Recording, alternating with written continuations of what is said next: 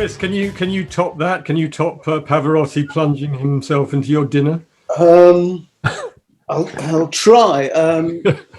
I've been fortunate enough to, work with a whole bunch of people who I admired from a distance, and you have to, as Mike says, you have to control the first thing coming out of your mouth and just blurting, with your nervousness. I've got all your records. I wasn't in the studio. I was in New York. Unfortunately, I say fortunately, I was all black tied up. I was going to Rock and Roll Hall of Fame at Radio City Music Hall with a guy from Chapels. I can't remember his name. And I was at the Parker Meridian in New York. And if anyone's ever been there, you'll know it's on the same block as Carnegie Hall. And Bob Cottarella is waiting for me down in the foyer. And as I come down with my black tie and everything, in walks this tiny little woman with these two huge black guys either side of her. And it's Ella Fitzgerald. I just finished the first show up the block. She'd come out and walk down. It was a summer's evening. And I said to Bob, I've just got to say something. The word legend and genius has been bandied around, but Ella Fitzgerald, from my generation, it just doesn't come any better. I mean, God bless him, forget the King and McCartney and all, it's Ella Fitzgerald. Yes. So I went over, and as I approached, fortunately, I was in a black tie. These two guys, they were big guys, but they were very bright. You could see their eyes. They looked at me, and I came over, and as we all do in New York, we get terribly English and terribly apologetic.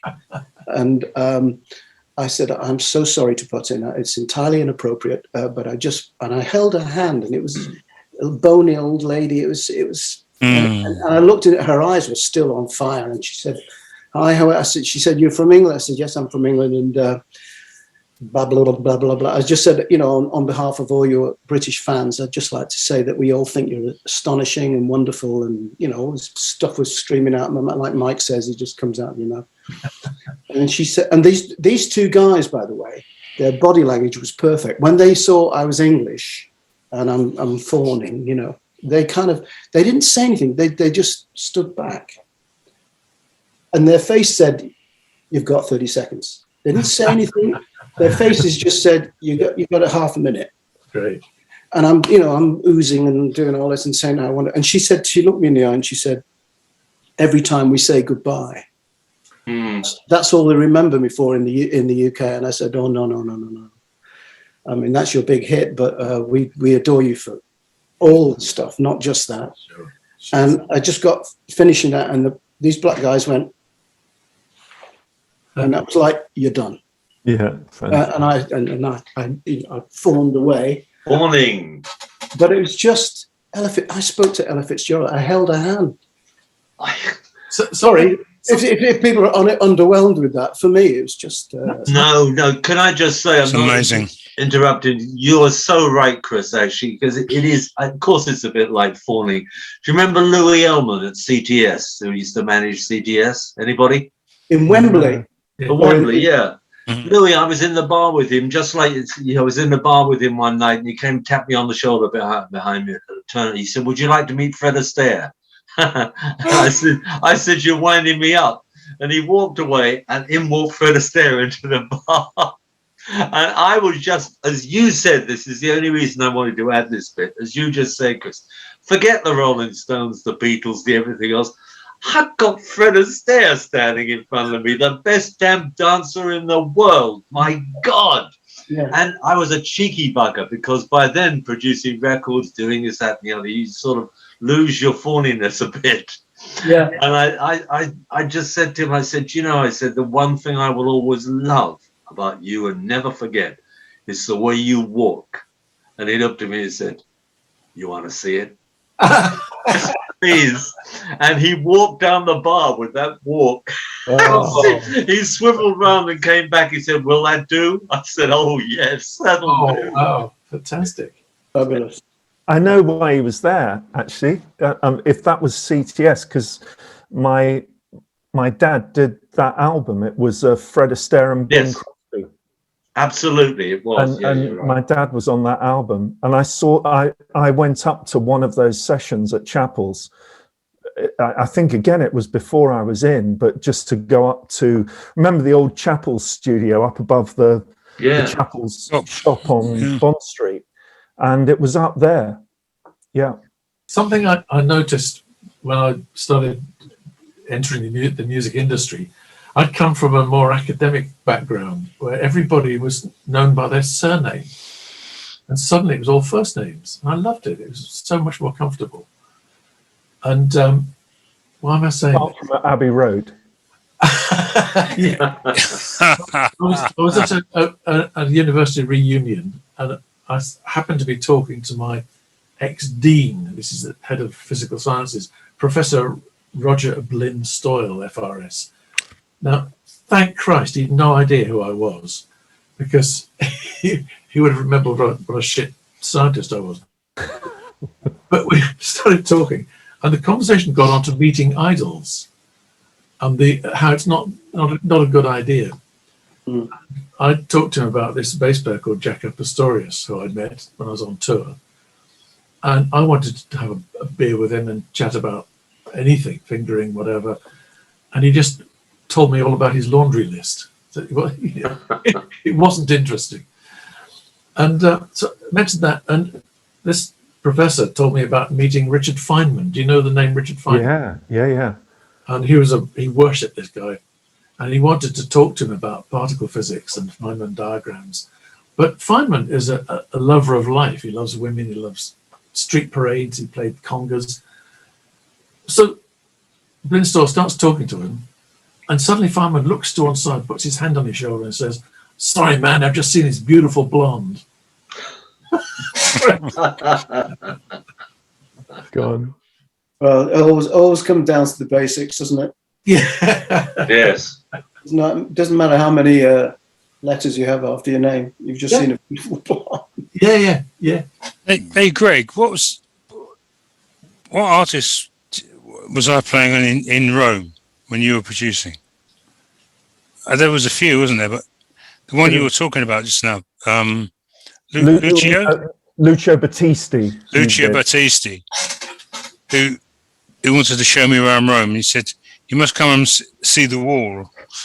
The wall? He said, "Yeah." He said, "It's all where all the transvestites are, because it's a common place that the tourists." So we did that, and this is fine. You have to be very careful talking to people by their first names. You can't say Mr. or Mrs., can you, or Miss? So I wasn't talking to anybody. No, we got back to the restaurant where Greg had booked us a table. We sat around these amazing tables. Actually, it was a real trip. What you took me, it was amazing. It was just one of the best things I'd ever done socially. It was just full of. Anyway, I didn't know, being a twat guitar player from England, didn't know much of other languages. So Italian was a little bit. I was a bit rusty on my Italian, and you could say, Vespa was good. Anyway, so Greg said, "Listen, we're all going to have a starter. What do you fancy?" I said, "I don't know." He said, "Look, when the waitress comes, you want something small." So it's small in Italian is piccolino. I said, "Okay." And he said, you want like a small fish or something. It's really nice. It's good here. It's a delicacy. So just say to her, piccolino pompino.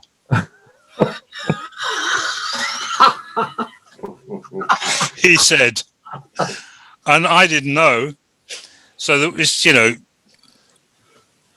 all nice, And she came up and blah, blah, blah, blah, and I thought, oh, she's, I said, oh, Madam, could I, un piccolino pompino, And she looked at me and she was just about to slap me around the face.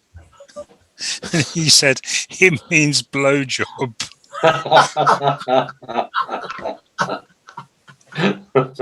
Lucio had a fantastic. When I had a couple of, not wishing to bore anyone here, but there were a couple of amazing things happened to me with Lucio Baptisti. One of them was at the Woodland Park Hotel, because we were doing pre-production at my house and he was in the Woodland Park Hotel, which was like 10 minutes away from my house. And there were two quick little stories about that. But the first one was that Lucio played around a little bit and he liked embarrassing people. And he walked up to the front desk, and it's where this story came from, was he walked up to the front desk and he said, "I want to shit." Yes. And the girl behind the desk looked at him, and that was, "I want to shit on the bed. You know, I want 2 sheets on my bed, but and I want to fuck on the table. I need another fuck for my dinner." You know, that was where that all started with Lucio. And there was another, well, just a little aside, but an amazing thing in life was that the most embarrassing thing ever happened to me with Lucio Baptisti, where the president of Sony Italy came over to see how the album was doing with his A&R team. And Lucio was a huge artist in Italy. And as it became my responsibility, because we were recording at my house and because Lucio was in the hotel, I had to organize the evening dinner. And so we had a playback session in the studio, and then I ordered 2 Mercedes to take us down to the Woodland Park Hotel, the Sony administrative team and Lucio and me. And it was Jørgen Larsen. Do you know Jørgen Larsen, Chris? He went on to become chairman of Universal Music Worldwide, you know. And at that time he was head of Sony Europe, and he had come over. So we got in the 2 Mercedes to drive down to the Woodland Park for a slap-up meal.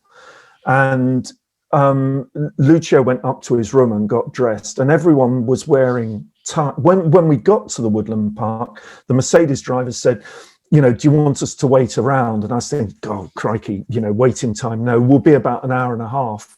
Come back and get us." So the cars drove off and everyone filed into the restaurant. And when it came to me, they wouldn't let me in because I wasn't wearing a tie. And there was this huge thing went off about, "But there's no one in the restaurant." "Yeah, but if someone does come into the restaurant, you need to be wearing a tie and everything." And in the end, Jørgen turned around and said, "I don't want to eat here. Let's go somewhere else."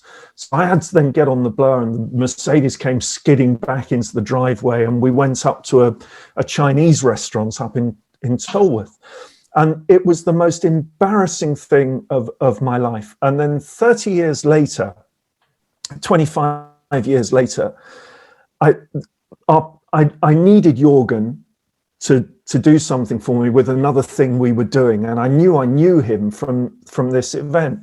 So I called him up 25 years later going, "Oh, it's Greg Walsh. Do you remember me? I, produced Lucio Baptisti." And no, don't remember that at all. I said, "Remember, we went for dinner at the Woodland Park Hotel and they wouldn't let me in because," "Oh, yes, I remember you. It was fantastic." All came back. So some of the worst things that can ever happen to you actually end up years later becoming something you can use.